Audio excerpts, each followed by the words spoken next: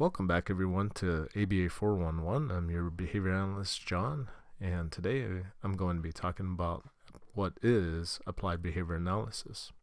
So, what is applied behavior analysis? Well, in my opinion, it's non-traditional psychology, and what do I mean by that? Well, in some forms of traditional psychology, the therapist gets to directly ask the individual that they're working with, why? The question, why? Why do you do that? Why do you think that is?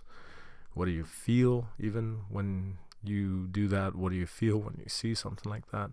And so on and so on. Well, for many of us working in the field of ABA, we work with many individuals that aren't really equipped to be able to explain themselves, right? Perhaps they're on the autism spectrum that they don't really have a lot of cognitive capacity to understand what it is that they're doing in the first place, and then why that they think that they need to be performing the behaviors that they do, and or just are nonverbal. So that's okay. So when you're trained with the principles and procedures of applied behavior analysis, you don't really need to ask the question why. So here's gonna be a little bit of a switch up here. Why is that? Well, as the old saying goes, actions speak louder than words. And when we go in, somebody like me goes in to work with an individual, the first thing I do is I will be observing everything about what that behavior precisely looks like, but also what is setting it up and what is triggering the individual to perform that behavior. And then most importantly is what is happening just after that behavior occurs, and other environmental contributions perhaps to the behavior as well, including other individuals within the environment, things that are surrounding the person, and so on and so on. So what I would be doing then is I would be taking what a lot of times I get from concerned parents or concerned teachers is a unpredictable behavior, and when I detect patterns that are occurring before and after the behavior and the behavior itself, then the unpredictable becomes predictable, and therefore then I get to determine functions to the behaviors. I think that's why I mainly started this channel, not only with this video, but the first video I put out for your enjoyment is the functions to behaviors video. So when I determine the functions to a behavior, well, there you go. I've pretty much figured out the why they perform the behavior that they do. And so it's really largely, again, the environmental aspect of things. Like, we look at the environment. So applied behavior analysis has its deep roots in going back to the famous Russian scientist Ivan Pavlov, who is famous for creating classical conditioning. And so you may know about this, is that he kept a group of dogs. I don't know if it was for experiments or for his as pets, but Mr. Pavlov had would first ring a bell just before he would feed the dogs. Well, I think the first thing he observed was that dogs salivated when they ate the food that he gave them. And then a little bit after that, he had observed that the dogs would salivate at the sight and scent of the food. And then finally, he would notice that the dogs would salivate whenever the bell rang. So, because every time he was going to feed them, he would first ring the bell.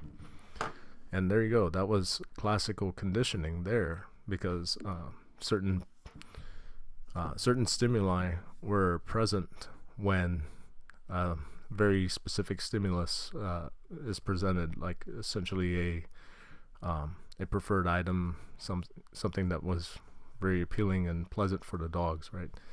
So that's classical conditioning. Then you got John Broadus Watson, who coined methodological behaviorism, which is essentially behaviors are always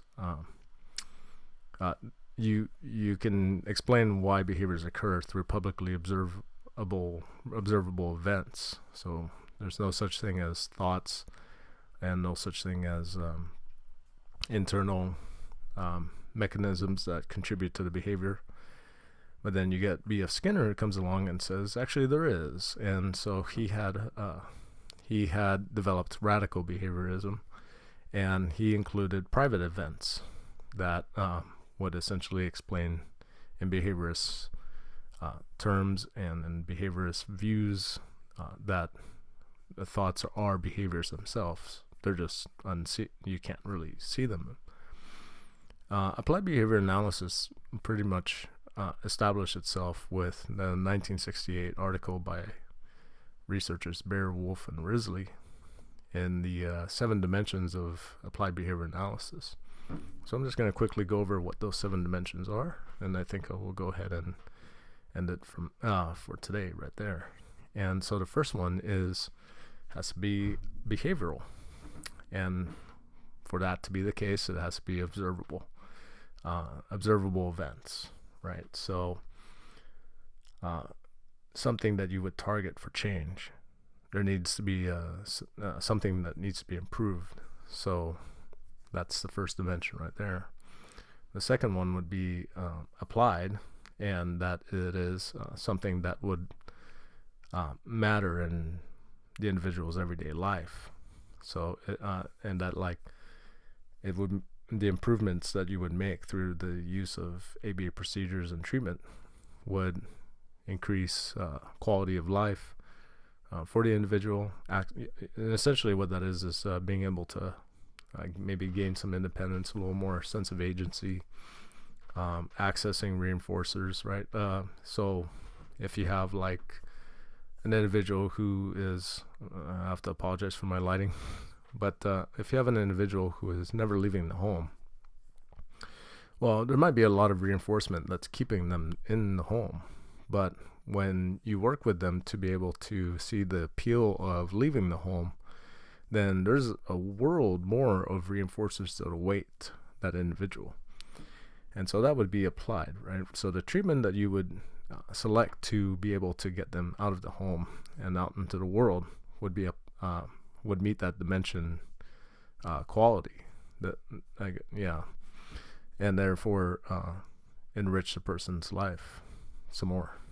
The third one we got here is technological, and in essence it's the classic scientific approach when you are experimenting, when you've wanted to cause an effect by executing certain procedures, manipulating materials, whatever it may be. Then when you have determined that you've made a finding, all your stuff needs to be replicated. Somebody should be able to come along and replicate what you do, no problem, and produce hopefully the same results. And that would be technological, the third dimension. The fourth dimension that we're talking about with our 7 dimensions is conceptually systematic. Well, basically all procedures need to be tied to the basic principles of ABA, and so that way they stay in line, right? Number 5 is analytical. We want to make sure that we have determined the functions to our behaviors that we're targeting for change, and perhaps I think that is why I started this channel with the first video being about the functions to behaviors rather than going into this video. But that's it. It's basically the why, right? The purpose again. So number 6 would be generality. If we take what we were just talked about being able to replicate the treatment that you're using, well, that should be done across all places that matter. And in essence, it's wherever the behavior is occurring. So if the behavior occurs at, say, at home and at school, well, if you are able to successfully treat the behavior for change and affect change at home, you would hope then that transfers over to school. And if that's the case, and you're successful in doing so, generality has taken place. The independent variable in the treatment has generalized, and so again, proving that the stuff works. And then finally, effective, right? So in the end, it's just proving that it's going to be effective, that improvements have been made, changes been made, and perhaps the changes are there to stay as well, so that there's no maybe indication that any previous problem behaviors would really come back, and that the individual that used to commit problem behaviors in the past have found a different way of meeting certain function, different way of meeting needs and expressing their wants and needs. So there you go. I think that'll just about cover it for this video. If you have any questions or thoughts, please leave it down on the comment section below. If you've enjoyed this video, leave a like, feel free to share and subscribe to the channel, and I will catch you on the next one. Thank you.